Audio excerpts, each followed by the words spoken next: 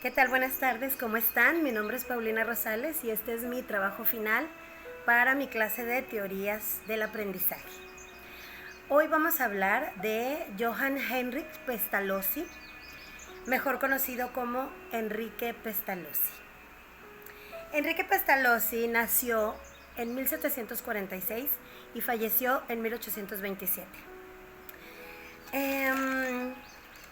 Él nació en Suiza el 23 de enero de 1796 en una familia exiliada por sus convicciones religiosas, o sea, ellos eran protestantes.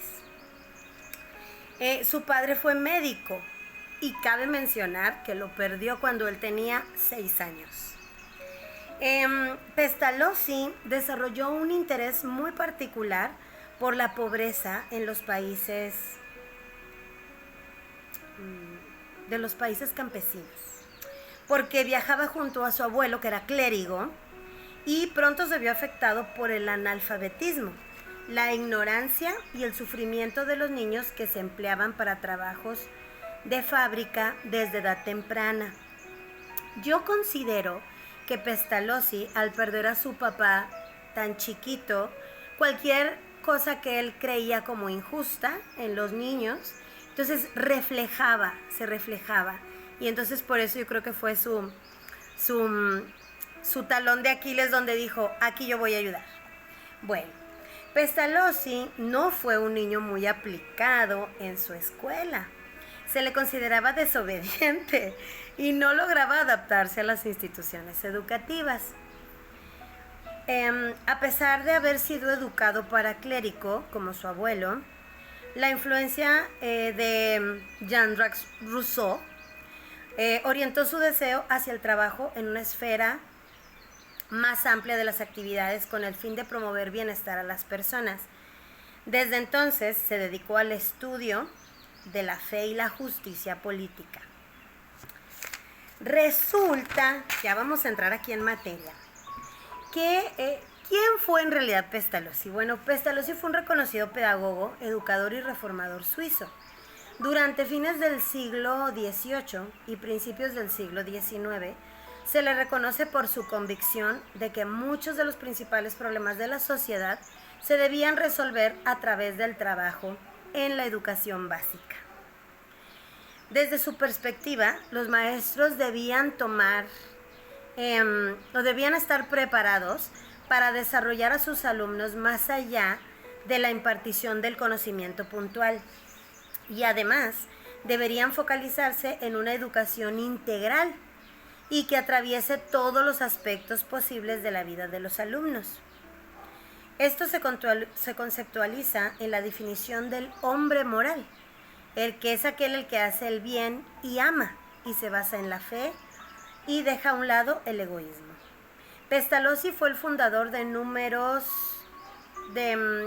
instituciones educativas en Alemania y Suiza, logrando prácticamente erradicar el analfabetismo de la región durante el siglo XVIII. Muy bien este muchacho.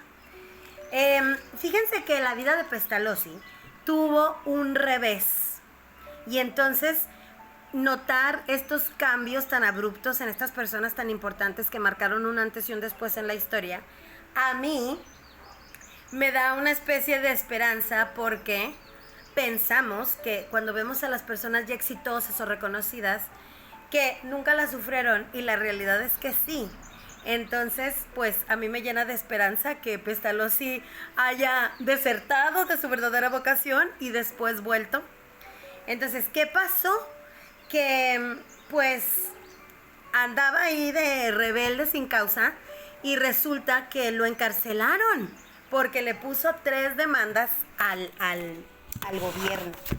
Entonces encarcelaron a Pestalozzi y pues se retiró de la pedagogía, de la enseñanza, de las luchas de la fe y la política y demás, y se fue a trabajar al campo junto con su esposa, con quien tuvo un hijo nada más. Y se fue al campo, y ahí también fue bueno, ¿no? Porque el que es buen gallo donde quiera canta. Pero no era el deseo de su corazón de Pestalozzi. Entonces, fíjense, durante algunos años hasta sostuvo una producción de granjas de cultivo, e incursionó en el hilado de lana. Pero, pues bueno, fracasó Pestalozzi y empobreció como agricultor. Entonces, esas tierras que ya tenía, él las convirtió en una escuela. Dijo, ¿por qué no? Y entonces las hizo una escuela industrial.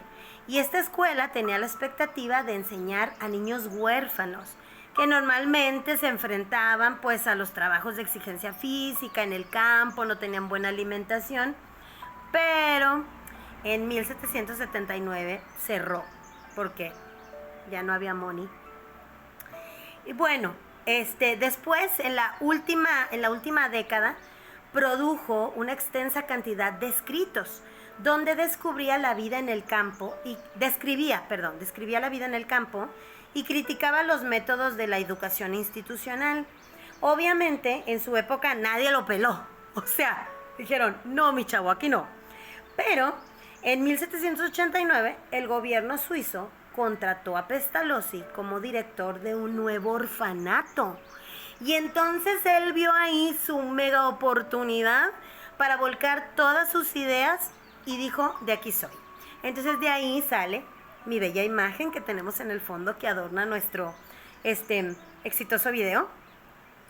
Y pues aquí es donde de verdad comienza Pestalozzi una fructísima carrera como educador, escritor y fundador de instituciones educativas. Entonces, como está siendo un éxito este orfanato y toda la revolución y todo eran sus ideas que aplicaba ahí, pues resulta que todo el gremio pedagógico educativo lo voltean a ver y dicen, oye, este cuate, ¿qué onda? Todo súper bien. Y entonces, pues a comienzos del siglo XIX, sus publicaciones obtuvieron una gran atención y fue invitado a colaborar en diferentes publicaciones educativas. El método que mejor define a la pedagogía de Pestalozzi se conceptualiza como una intuición global. ¿Qué quiere decir?